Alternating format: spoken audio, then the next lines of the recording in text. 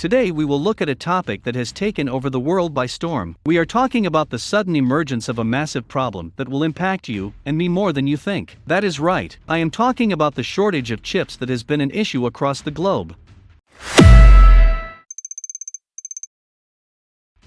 This is one technology that is changing how we work and live in big cities and remote rural villages alike. From smartphones in our pockets to vast data centers that power the internet, planes that can fly at hypersonic speeds, pacemakers and weather-predicting supercomputers. So many of our electronic devices make use of these tiny pieces of technology called semiconductors.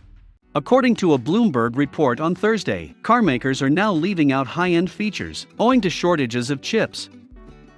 Nissan has reportedly stopped installing navigation systems in cars that normally have them, while Ram Trucks has stopped installing a standard intelligent rear-view mirror that can monitor blind spots on its 1500 pickups. Additionally, Renault will no longer include an oversized digital screen behind the steering wheel on certain models. According to a Bloomberg report on Tuesday, rental car companies are also feeling the effects of the slump as they are unable to purchase the new vehicles they desire. Enterprise and Hertz, which have traditionally profited from buying new automobiles in large quantities and renting them out, are reportedly instead buying used cars at auctions. In its latest quarterly earnings report, Taiwan's semiconductor manufacturing company, TSMC, projected it would be able to catch up with demand for automotive chips within the next year. The process of ramping up production takes time. Having ordered chips, you can't go to a manufacturer and say, "Give me 1,000,000 new chips," if your first order hasn't been delivered yet. In some areas, industries with long supply chains have not yet felt the impact of the chip shortage for most consumer products. On the other hand, there is a risk that Apple will not be able to ship its latest phone until the end of the year. While consumers are concerned about supply security, problems in the automotive industry are compounded by the fact that the manufacturers don't use the most advanced chips. Chip manufacturers are moving away from older manufacturing processes and are investing less in advancing their capabilities for these, so they use chips made on these processes to run them. The desire to increase chip production has forced nations to think about how they can do so. The overwhelming majority of chips made around the world are made in China, while the US comes in second. According to the European Commission, the EU's executive arm, it wants to increase chip manufacturing capacity in Europe in order to be more independent in what it sees as an important technology.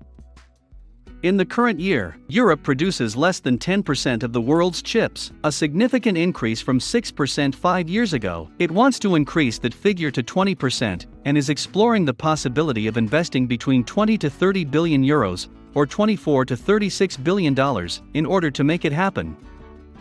According to reports, Intel has offered to help, but wants public subsidies in the form of 8 billion euros to build a European semiconductor factory.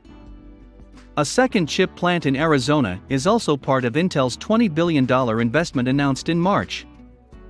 The Smart Payment Association, or SPA, warns that a global shortage of semiconductor chips may disrupt digital payment systems globally, causing a disruption in debit and credit card purchasing capabilities.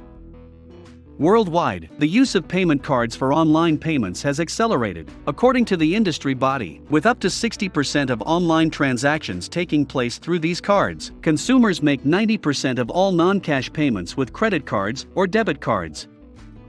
Payment cards are issued after an account is opened, and they must be renewed after their expiration dates. When a card is lost or compromised, an emergency replacement can be issued. In the past year, over 3 billion cards based on the EMV standard have been produced and delivered to customers worldwide, according to the association.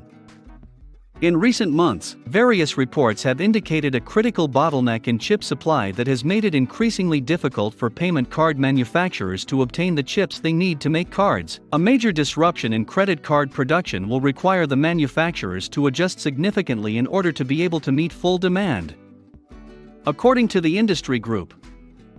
Moreover, the trade body said it has moved forward with payment scheme companies, central banks, and governments to obtain semiconductor factories on a high priority. Now, just to give you another perspective, let me tell you what the world would look like without these seemingly tiny yet powerful chips. We would have no electronic hand calculators, microwave ovens, digital alarm clocks. The exception would be mechanical alarm clocks with Nixie displays. Smartphones or tablets, personal computers, electronically controlled transmissions, or washing machines or digital shower heads. We would have many more paper books and read them under incandescent lights or fluorescent tubes powered by mechanical ballasts. The meter man would probably still come by every month to read the power meter, and the grocery store cashiers would still have change to give. Our electric guitars and stereo systems would still sound excellent, and vinyl records would still play on our console stereos, which we would take excellent care of, despite all the technological advances or lack thereof. Military action would still be straightforward, in your face, and simple. There would be no smart bombs, there would be no video game emotional detachment. Paper letters and real wired telephone calls would form the majority of our communication, and nearly every correspondence would be very rare, because who really writes letters that often? The majority of us would probably have a two-way radio, and use it for social networking, since only a few people would probably have remote controls for their televisions. And since we would all likely spend a lot more time outdoors than we currently do, we would all probably be physically healthier. In that scenario, more of us would be able to read road maps, and we would all keep them until long after the folded edges ripped. Interestingly enough, we wouldn't be surrounded by nearly as many conspicuous and irritating advertisements. Seriously, since when was adding televisions to gas pumps a good idea, or even acceptable? The majority of us would know how to drive and repair our own cars without anyone else's assistance. There wouldn't be an inconceivable amount of money being spent on putting rocks on the moon's surface or exploring Mars. As a result, the Challenger would never have been built and therefore would not have exploded. As a result, there would be more fuel available to all of us, for a lower price than we pay today, since fewer resources would have been needed to lift people and equipment into the air. There would be a greater demand for train travel than for air travel. The skill and understanding of machine specialists would be far greater than it is today, and CNC machining would only exist in highly specialized environments. Without job loss due to automation, the majority of people would still have jobs. Even then, Wall Street would be a crazy, high-stress environment. But let's face it, we wouldn't be able to enjoy the modern-day convenience of getting everything done with the click of a few buttons or connect with a long-lost friend by dialing a few buttons. The world as we know it would exist, and we would have to waste a lot of time on redundant tasks and a lot of physical labor. What makes things complicated today is the dominance of a particular company in the chip market. While Intel is the biggest chip manufacturer in the world, Taiwan's Semiconductor manufacturing company's chips are everywhere, although most consumers aren't aware. This company manufactures many of the world's most sophisticated chips. In addition to numerous simpler ones, TSMC produces millions of products with built-in electronics, including iPhones, computers and cars, all of which never display a sign that they are manufactured by the company. It does the manufacturing for well-known companies such as Apple and Qualcomm.